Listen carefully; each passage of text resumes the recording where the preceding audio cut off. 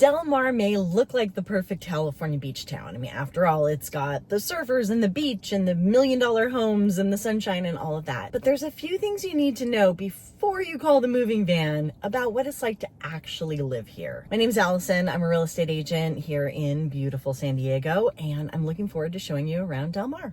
Del Mar is a small beachside town in North County, San Diego. It has a population of around 4,000, and it is such an adorable little place that started as a seaside resort all the way back in 1885. Del Mar Village is the downtown area, and it's got really cute European-style buildings. It can get quite busy here, especially during the summer. And while the village is incredibly walkable, it is important to know that there are no grocery stores or gas stations or kind of those like normal things in the village. So you do have to drive to get to those. Although there is a market opening soon, which will improve its walkability. Otherwise, you will find a ton of restaurants, high-end boutiques, ice cream shops. There are at least three, plus a frozen yogurt shop. One of the ice cream shops was actually voted the best gelato in the nation. It's called On's Hat Shop. There are coffee shops, resale stores, a pet food store, and lots of other service-type businesses. Del Mar is a complex little place. The city of Del Mar is bounded by the Penasquitos Lagoon to the south, San Dieguito Lagoon to the north.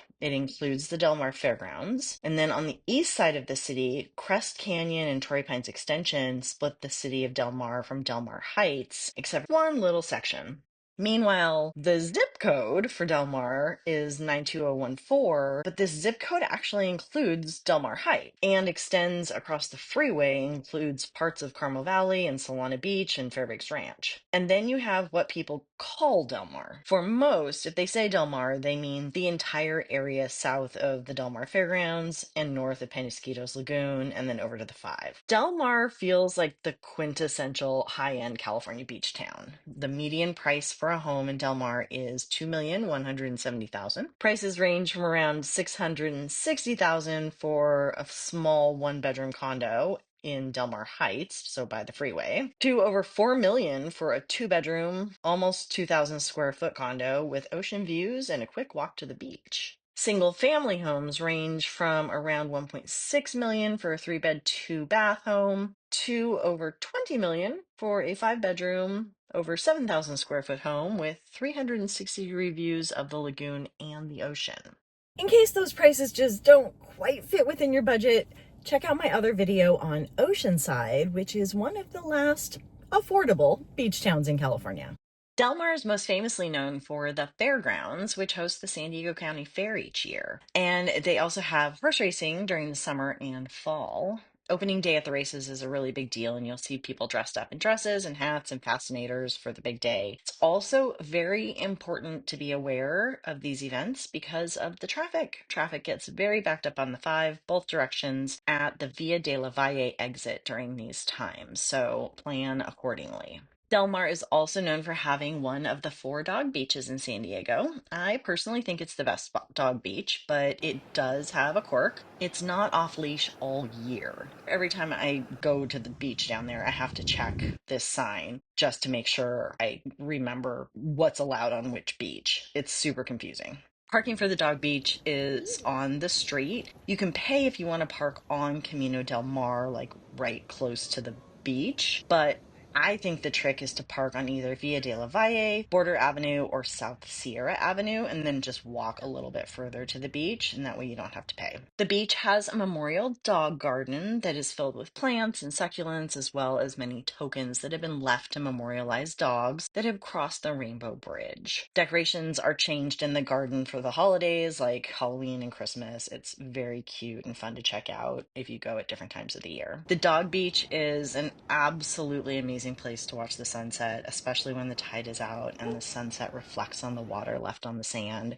It's one of my favorites. The cliffs make for a beautiful backdrop, but please be careful around them. These cliffs are not stable and have fallen and killed people before. I actually really try to keep my dog away from them as much as possible. Main Beach is also great, but does not allow dogs during the summer and requires dogs to be on a leash the rest of the year. But it's a fantastic wide sand beach with lots of entry points. I mostly avoid the beach during the summer. Parking is just insane, but if you do come down here, the key pays to park along Coast Boulevard rather than trying to park in the village. South Beach allows dogs on leash all year long, but this beach is lined with cliffs, so there's really only a couple of ways to get into it. It also will mostly disappear during high tide.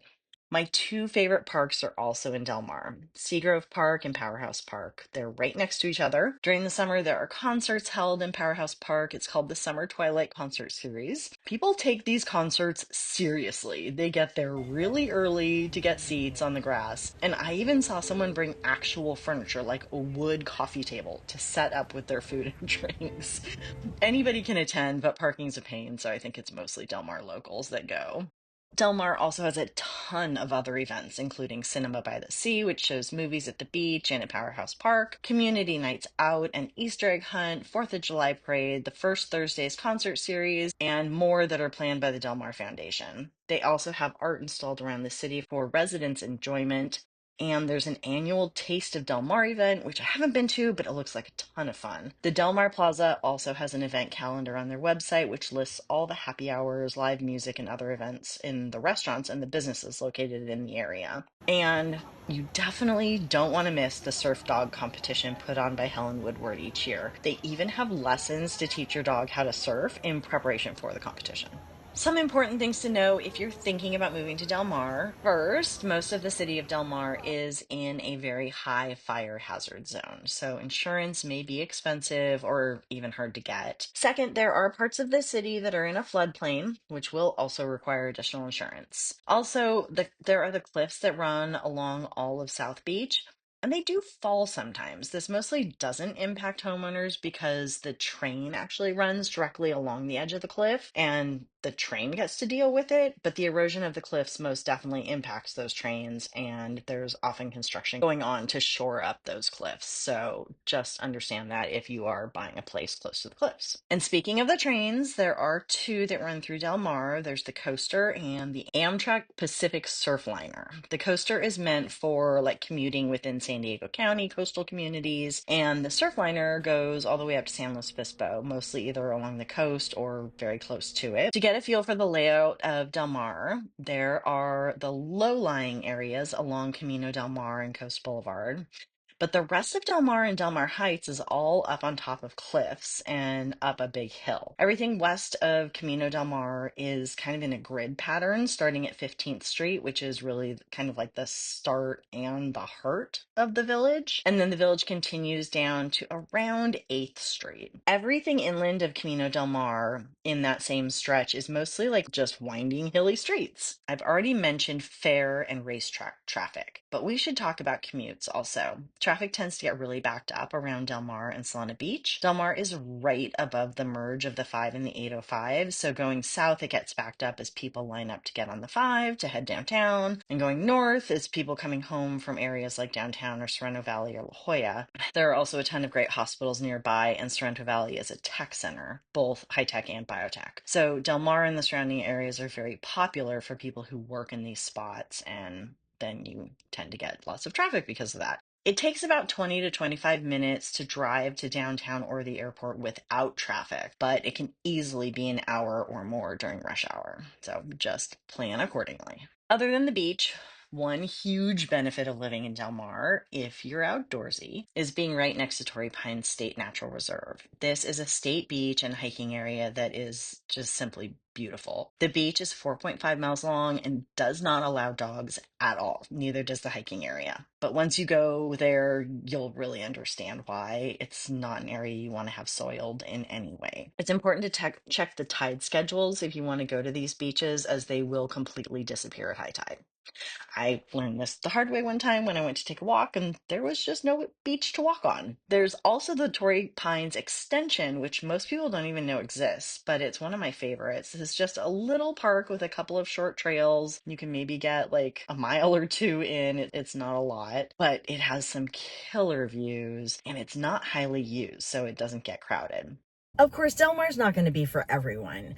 If you love the idea of a beach town but need something a little more affordable, check out the video I mentioned before on Oceanside, or check out my video on Pacific Beach. If you love the quintessential California beach town feel, Oceanside's going to be your most affordable option, with Pacific Beach being kind of somewhere in between.